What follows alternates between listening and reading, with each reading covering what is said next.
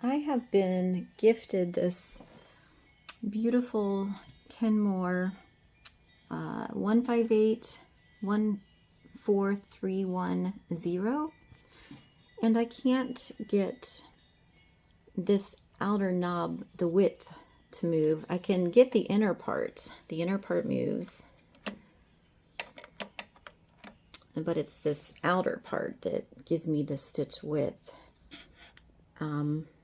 If I take off the cover, everything seems to be moving.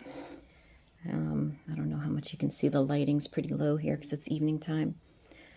But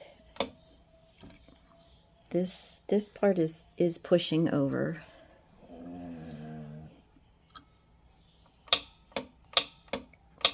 Now this is stuck on the number like 1 pretty much. But however, so when I turn my hand wheel, you can, I hope you can see, my needle is actually zigzagging just that teeny tiny bit.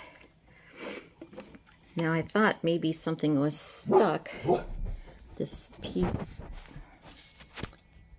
in here, that little, it almost sort of looks like a bullet coming through, and I have really bad lighting because it's evening, but that is moving. That's that little piece inside there. And ironically, if I've oiled this to death. Ironically, if I move this piece right here up and down, which I believe is the width lever, that needle actually does go back and forth.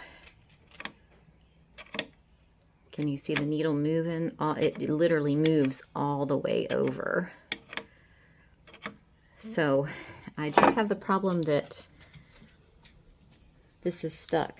So if anybody can help me, I have oiled really, really good behind there.